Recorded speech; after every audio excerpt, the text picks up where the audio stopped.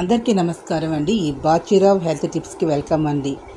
చిప్తో కంటి చూపు అంటే ఇక్కడ వయసుతో వచ్చే కొన్ని కంటి సమస్యలు వస్తూ ఉంటాయి. దాన్ని dry AMD, age related molecular degeneration, ఇది చాలామందికి ఉంటుంది. కొంతమంది ఈ సమస్య ఉన్న వాళ్ళు ఒక దృశ్యాన్ని చూస్తూ చుట్టూ ఉన్నవన్నీ కనిపిస్తాయి, కానీ మధ్యలో భాగం మాత్రం కనిపించదు.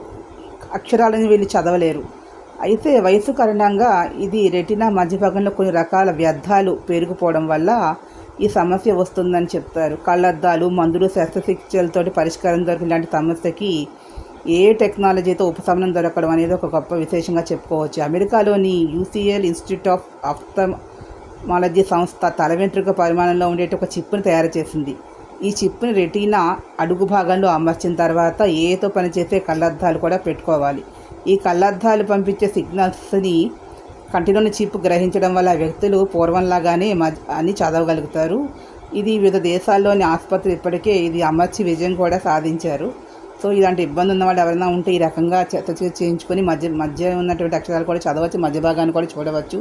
సో ఈ వీడియో మీకు నచ్చినట్లయితే ప్లీజ్ సబ్స్క్రైబ్ అయితే మరి కొత్త వీడియో ముందుకు వస్తాను. Thank you to all.